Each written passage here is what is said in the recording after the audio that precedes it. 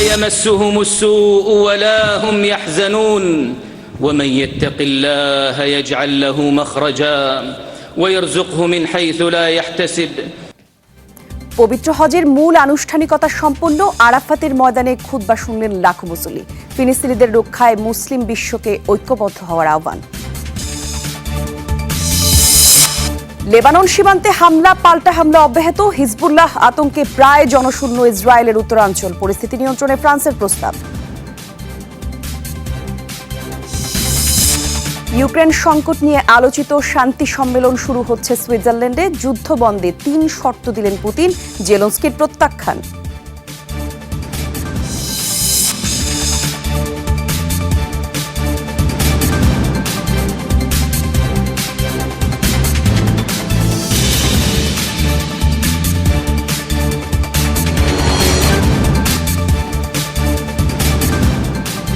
দর্শক, সংবাদের শিরোনামগুলো দেখছিলেন, বিস্তারিত জানাবো আপনাদের সঙ্গে আছি আমি জান্নাতুল কুলি। লাব্বাইক আল্লাহুম্মা লাব্বাইক, পরম করুণাময় তোমার দরবারে বান্দা হাজির, এই ধ্বনিতে মুখর হলো আরাফাতের ময়দান। শেষ হলো পবিত্র হজের মূল আনুষ্ঠানিকতা। খুতবায় বিশ্ব শান্তি কামনা করেন মসজিদুল হারামের ইমাম ও খতিব শায়খ ডক্টর মাহের আল মুয়াইকিলি। এ সময় তিনি বিভিন্ন দেশে চলা সংঘাত বন্ধের আহ্বান জানান।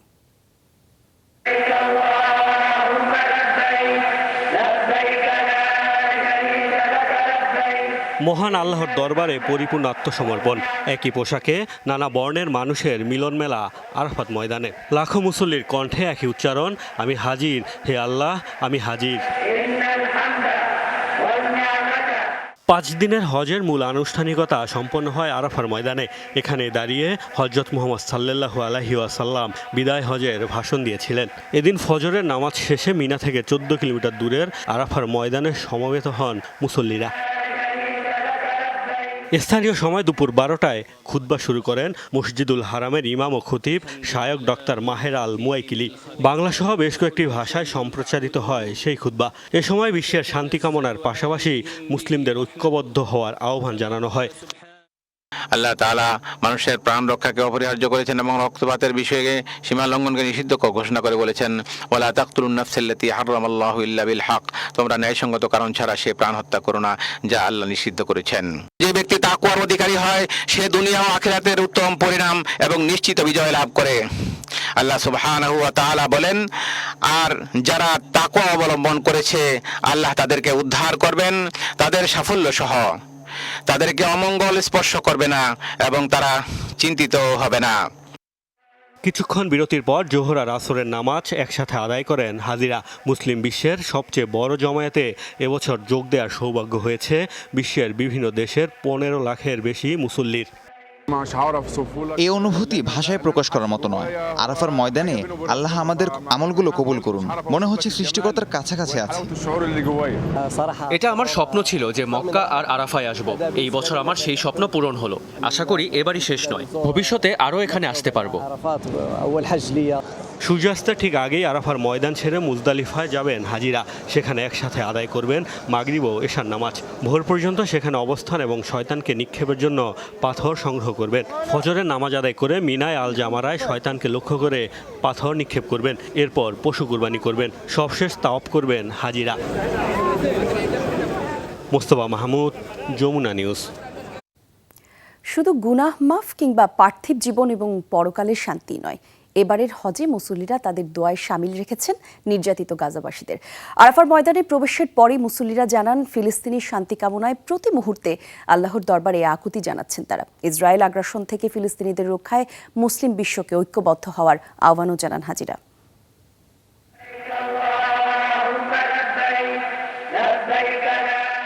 জীবনে একটিবারের জন্য হলেও আল্লাহর ঘর তাওয়াফ করার স্বপ্ন থাকে প্রতিটি মুসলমানেরই। হজ পালনের অন্যতম আনুষ্ঠানিকতা আরাফার ময়দানে উপস্থিত হয়ে গুনাহ মাফ, ইহ ও পরকালের জীবনের শান্তির জন্য মন উজাড় করে দোয়া করছেন মুসল্লিরা। সবার মনে ক্ষত হয়ে আছে ফিলিস্তিনের মুসলিমদের উপর চলমান নির্মম আগ্রাসন, তাই সবার দোয়ায় সামিল গাজার নিপীড়িত মুসলিমরা। আল্লাহ যেন ফিলিস্তিনিবাসীর কষ্ট দূর করে দেন। অবশ্যই গাজা আমাদের অন্তরে রয়েছে। ওই অঞ্চল নিয়ে যাই বলি না কেন তা যথেষ্ট নয়। অবশ্যই আমাদের কালিমার ঘোষণার সাথে ঐক্যবদ্ধ হতে হবে। অবশ্যই গাজা বিজয় হবে। বিশ্বের বিভিন্ন অঞ্চলের মতো এশিয়া থেকে এবছর হজ করছেন বহু মানুষ। চোখের পানিতে ফিলিস্তিনকে স্মরণ করছেন আল্লাহর ঘরের সামনে। পুরো মুসলিম উম্মার জন্য দোয়া করেছি, বিশেষ করে ফিলিস্তিনের জন্য। সেখানকার মানুষের শান্তির জন্য দোয়া করছি। গাজাবাসীকে চলমান ইসরায়েলি তাণ্ডব থেকে রক্ষায় মুসলিম বিশ্বের নেতাদের নিষ্ক্রিয়তায় হতাশ মুসল্লিরা। আশা করেন সবাই গাজায় শান্তি ফেরাতে হবেন উদ্যোগী। পশ্চিম তীর থেকে হজের জন্য অনেকেই সৌদি আরব গেলেও গাজা থেকে এবার হজে যেতে পারেননি কোনো ফিলিস্তিনি। মীর মুশফিকা হাসান, যমুনা নিউজ। গাজায় ত্রাণবহরে হামলার দায়ে একটি উগ্রপন্থী ইসরায়েলি গ্রুপের বিরুদ্ধে নিষেধাজ্ঞা দিয়েছে যুক্তরাষ্ট্র। শুক্রবার হোয়াইট হাউস নিশ্চিত করেছে এই তথ্য। গাজায় ত্রাণবাহী ট্রাক প্রবেশে বাধা এবং সহিংসতার অভিযোগ করা হয় তাজাফ 9 নামক একটি গ্রুপের বিরুদ্ধে। বাইডেন প্রশাসন জানিয়েছে গাজায় যে কোনো ধরনের সহায়তা প্রবেশে বাধা দেয়াই হচ্ছে দলটির মূল লক্ষ্য।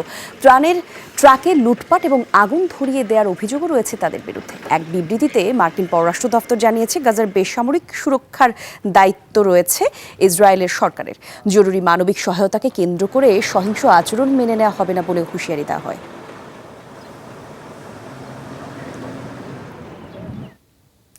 হামলা পাল্টা হামলা, উত্তেজনা বেড়েই চলেছে লেবানন সীমান্তে। শীর্ষ কমান্ডার হত্যার প্রতিশোধ নিতে মরিয়া হিজবুল্লাহ শুক্রবারও ব্যাপক হামলা চালিয়েছে। লাগাতার হামলায় বিপর্যস্ত ইসরায়েলের উত্তরাঞ্চল এখন প্রায় জনশূন্য। বিস্তীর্ণ বনাঞ্চলে ছড়িয়ে পড়া দাবানল নিয়ন্ত্রণে আনতে হিমশিম খাচ্ছে তেল আবিব। লেবানন সীমান্তে পরিস্থিতি শান্ত করতে যুক্তরাষ্ট্রকে সাথে নিয়ে ত্রিপক্ষীয় টাস্ক ফোর্স গঠনের প্রস্তাব দিয়েছে ফ্রান্স, তবে তা প্রত্যাখ্যান করেছে ইসরায়েল। কয়েকদিন ধরেই হিজবুল্লাহর মুহুর্মুহু রকেট আর ড্রোন হামলায় কেঁপে উঠছে ইসরায়েলের উত্তরাঞ্চল। আতঙ্কেরই মধ্যে ঘরবাড়ি ছেড়েছে বেশিরভাগ বাসিন্দা। এখনও যারা আছেন তারাও নিচ্ছেন বসতি ছাড়ার প্রস্তুতি। গ্যালিলি, কেফার, মেতুলা ও দখলকৃত সেবা ফার্মস সহ বিভিন্ন এলাকায় শুক্রবার অন্তত 18টি অভিযান পরিচালনার কথা জানিয়েছে হিজবুল্লাহ। প্রতিদিনই হিজবুল্লাহর রকেট আঘাত হানছে বাড়িঘরে, বনাঞ্চলেও ছড়িয়ে পড়েছে দাবানল। সেই দাবানল নিয়ন্ত্রণে আনতে রীতিমতো যুদ্ধ করতে হচ্ছে ইসরায়েলের ফায়ার সার্ভিসের কর্মীদের। তেল আবিবের দাবি, শুক্রবার কাতুসা ও ফালাকের পাশাপাশি 16টি লাদেন ড্রোন প্রবেশ করেছে দেশটির আকাশসীমায়, যার মধ্যে 11টি ধ্বংস করা হয়েছে। 2 মাস আগে যে বাড়িতে রকেট হামলা হয়েছিল একই বাড়িতে আবারও হামলা হয়েছে। সৌভাগ্যবশত বাড়িতে কেউ ছিল না, সবাইকে আগেই নিরাপদে সরিয়ে নেওয়া হয়েছিল। লেবাননের বিভিন্ন এলাকায় বিমান হামলা অব্যাহত রেখেছে ইসরায়েলও। ক্রমেই যখন উত্তপ্ত হচ্ছে পরিস্থিতি, তখন সংকট নিরসনে যুক্তরাষ্ট্রকে সাথে নিয়ে ত্রিপক্ষীয় টাস্ক ফোর্স গঠনের প্রস্তাব দিয়েছে ফ্রান্স। আমরা লেবানন ইসরায়েল সীমান্তের পরিস্থিতি নিয়ে উদ্বিগ্ন। এ নিয়ে যুক্তরাষ্ট্রের সাথে আলোচনা হয়েছে। একটি ত্রিপক্ষীয় নীতি প্রণয়ন করেছি। সংকট সমাধানে ইসরায়েল, যুক্তরাষ্ট্র ও ফ্রান্স একটি গ্রুপ তৈরি করে একসাথে কাজ করতে পারে। যে রোডম্যাপ তৈরি করেছি তা নিয়ে লেবানন কর্তৃপক্ষের সাথেও আলোচনা করব। তবে ফ্রান্সের প্রস্তাব প্রত্যাখ্যান করেছে তেল আবিব। এমনকি হামাসের প্রতি সহানুভূতি দেখানোর অভিযোগ তুলে ফরাসি প্রেসিডেন্টের সমালোচনাও করেছেন ইসরায়েলের প্রতিরক্ষামন্ত্রী। মোস্তফা মাহমুদ, যমুনা নিউজ। লেবাননে হিজবুল্লাহ গোষ্ঠীকে সহায়তায় যোদ্ধা পাঠাবে ফিলিস্তিনি সংগঠন ইসলামিক জিহাদ। এরই মধ্যে নেওয়া হয়েছে প্রস্তুতি। পিআইজের সিরিয়া শাখা থেকে পাঠানো হবে যোদ্ধাদের। লেবানন সীমান্তে নিহত পিআইজে যোদ্ধাদের স্মরণে শুক্রবার দামেস্কে আয়োজন করা হয় এক শোকসভা। সেখানে সংগঠনের নেতারা জানান, ইসরায়েলের পূর্ণমাত্রায় হামলা শুরু করলে তা মোকাবেলায় হিজবুল্লাহর পাশে থাকবেন তারা। পিআইজে সিরিয়ার জনসংযোগ বিষয়ক কর্মকর্তা বলেন, ইসরায়েল বিরোধী লড়াইয়ে হিজবুল্লাহ প্রতিরোধে সামিল হতে প্রস্তুত ফিলিস্তিনি তরুণরা। এর আগেও সিরিয়া থেকে সংগঠনটির যোদ্ধাদের পাঠানো হয়েছে লেবাননে। গত 8 মাসে সিরিয়া থেকে লেবাননে যাওয়া পিআইজের 16 যোদ্ধার মৃত্যু হয়েছে।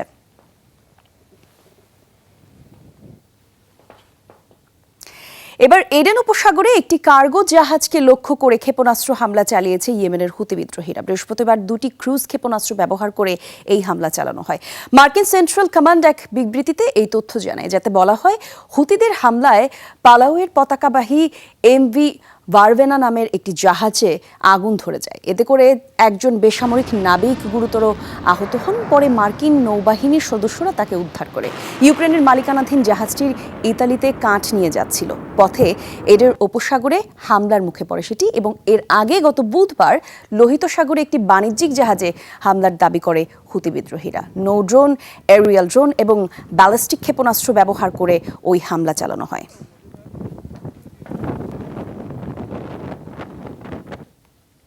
ইউক্রেন সংকট সমাধানে বহুল আলোচিত শান্তি সম্মেলন হচ্ছে সুইজারল্যান্ডে। রাশিয়াকে ছাড়াই দুদিনের বৈঠকে অংশ নেবে 90টির বেশি দেশের প্রতিনিধিরা।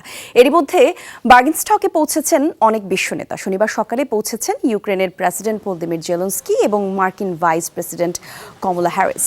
যোগ দেবেন ফরাসি প্রেসিডেন্ট ইমানুয়েল ম্যাক্রন সহ জার্মানি, ইতালি, ব্রিটেন, কানাডা, জাপানের প্রতিনিধিরাও। রাশিয়ার সাথে ঘনিষ্ঠতা থাকলেও সম্মেলনে অংশ নেবেন তুরস্কের প্রতিনিধিরা। তবে ইউক্রেন এবং সুইজারল্যান্ডের ব্যাপক কূটনৈতিক তৎপরতার পরেও নিশ্চিত করা যায়নি চীনের উপস্থিতি।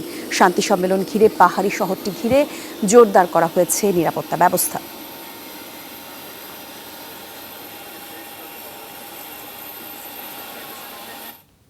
এদিকে শান্তি সম্মেলন শুরুর আগ মুহূর্তে ইউক্রেনের যুদ্ধ বন্ধে নতুন শর্ত দিয়েছে রাশিয়ার প্রেসিডেন্ট ভ্লাদিমির পুতিন। তার শর্ত অনুসারে মস্কোর দখলকৃত 4 অঞ্চল থেকে সরে যেতে হবে কিয়েভের সেনাদের। ন্যাটোয় যোগ দেওয়ার উচ্চাকাঙ্ক্ষাও বাদ দিতে হবে জেলেনস্কি প্রশাসনকে। যদিও পুতিনের প্রস্তাবকে হুমকি হিসেবে দেখছেন ইউক্রেনীয় প্রেসিডেন্ট। বলছেন পুতিনকে বিশ্বাস করার কোনো কারণ নেই।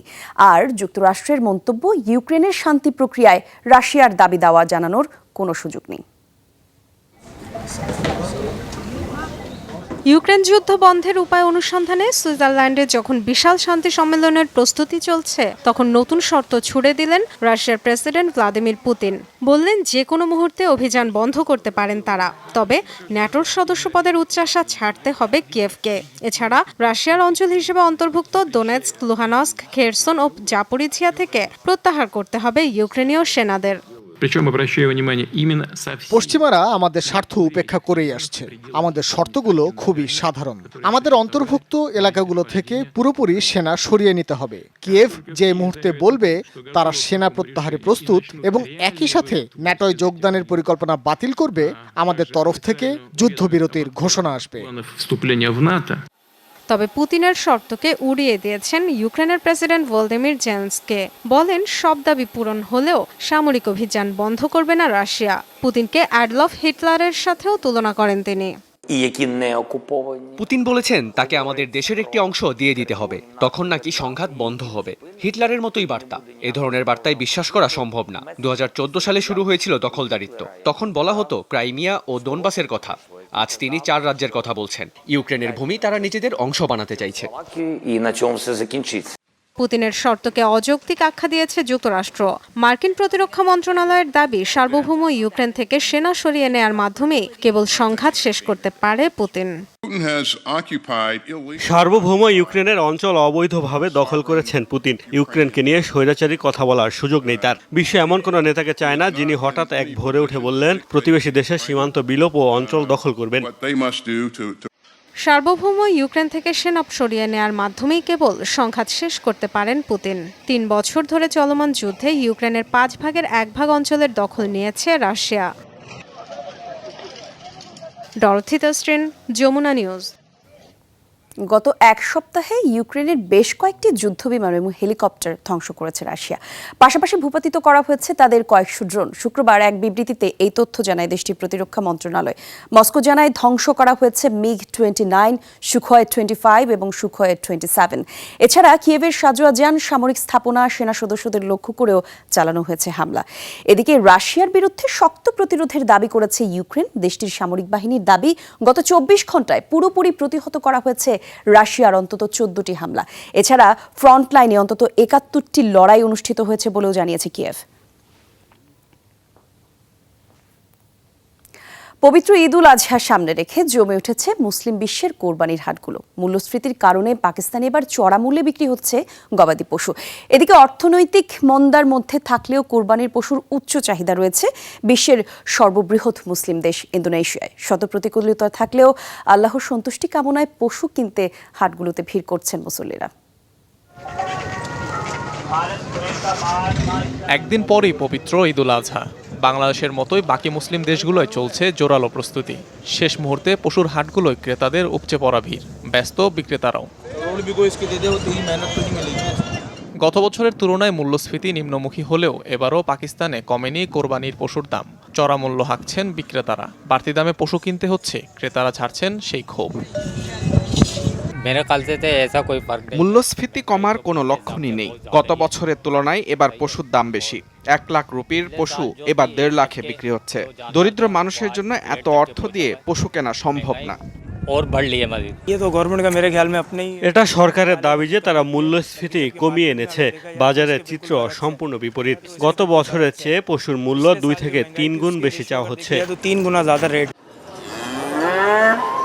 কোরবানির পশুর জমজমাট দৃশ্য সবচেয়ে জনবহুল মুসলিম দেশ ইন্দোনেশিয়ায়। গবাদি পশুর ফুট অ্যান্ড মাউথ রোগ কাটিয়ে অনেকটাই পাল্টেছে হাটগুলোর চিত্র। পছন্দের প্রাণী হিসেবে উট, দুম্বা, গরু, ছাগল আর ভেড়াকেই বেছে নিচ্ছেন ক্রেতারা। আল্লাহর কাছে শুকরিয়া, এবছর আমাদের বিক্রি কিছুটা বেড়েছে। গত বছরের চেয়ে এবছর মানুষের উৎসাহ বেড়েছে বলে মনে হচ্ছে। আমার নিজের ক্ষেত্রেও তাই। প্রতি বছর ঈদুল আজহার আগে গবাদি পশুর দাম বৃদ্ধি পাওয়া স্বাভাবিক, কেননা কিনতে সোজা হলেও এসব পশুর লালন পালন সহজ নয়, তাই এটা খুবই স্বাভাবিক। আগামী 16 জন পবিত্র ঈদুল আজহা পালন করবে মুসলিম বিশ্বের দেশগুলো, যা চলবে 3 দিন পর্যন্ত। অনিক রহমান, যমুনা নিউজ। টানা দ্বিতীয় মেয়াদে দক্ষিণ আফ্রিকার প্রেসিডেন্ট হলেন সিরিল রামাফোসা। তবে এবার ক্ষমতায় যেতে জোট সরকার গড়তে হয়েছে তাকে। রামাফোসার জাতীয় ঐক্য সরকার রয়েছে দীর্ঘদিনের রাইভাল ডেমোক্রেটিক অ্যালায়েন্সও। দিনভর নানা নাটকতার পর শুক্রবার সন্ধ্যায় প্রেসিডেন্ট নির্বাচনে পার্লামেন্টে হয় ভোটাভুটি। এ সময় রামাফোসাকে প্রেসিডেন্ট হিসেবে বেছে নেন 283 আইন প্রণেতা। গত মাসে অনুষ্ঠিত নির্বাচনে প্রথমবারের মতো একক সংখ্যাগরিষ্ঠতা হারায় ঐতিহ্যবাহী আফ্রিকান ন্যাশনাল কংগ্রেস, আর তাতেই দেশটির রাজনীতিতে তৈরি হয় অচলাবস্থা। শুক্রবার যার অবসান ঘটল।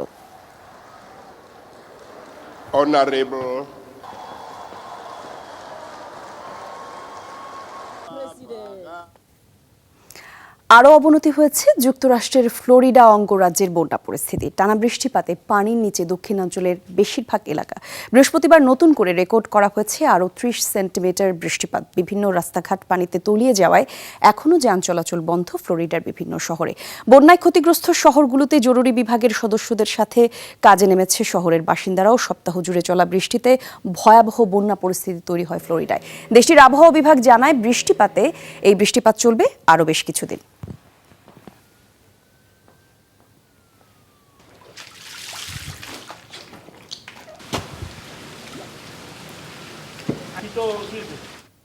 জ্বালানি তেলের পাচার ঠেকাতে ফুয়েল স্টেশনে সেনা মোতায়েন করল লাতিন দেশ বলিভিয়া। দেশটির এল আলতো শহরে সব ফুয়েল স্টেশনেই মোতায়েন করা হয়েছে সামরিক বাহিনীর সেনা সদস্যদের। সম্প্রতি তীব্র জ্বালানি সংকটে ভুগছে দেশটি। সাধারণ মানুষের বিক্ষোভের মুখে পড়তে হয়েছে সরকারকে। এমন পরিস্থিতিতে জ্বালানি সরবরাহ নিশ্চিতে রাশিয়ার সাথে চুক্তি করেছে তারা। পাশাপাশি চোরা কারবারিদের দৌরাত্ম্য ঠেকাতে সেনাবাহিনী মোতায়েন সহ নেওয়া হয়েছে নানা পদক্ষেপ। বলিভিয়ার প্রেসিডেন্টের অভিযোগ, ফুয়েল স্টেশন থেকে পেট্রোল সরিয়ে কালোবাজারে বিক্রি করার কারণেই এই সংকট তৈরি হয়েছে।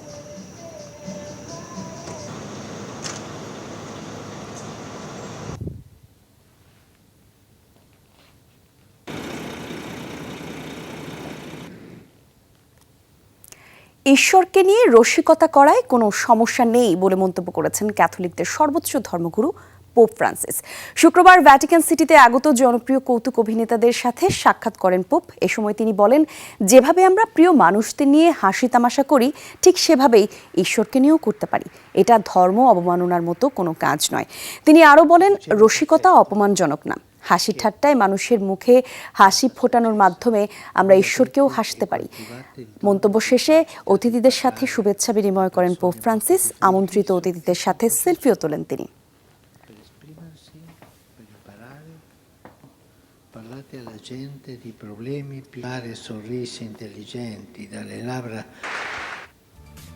দর্শক, এই ছিল যমুনা আইডিসকে এতক্ষণ সঙ্গে ছিলেন তারা। ধন্যবাদ সবাই।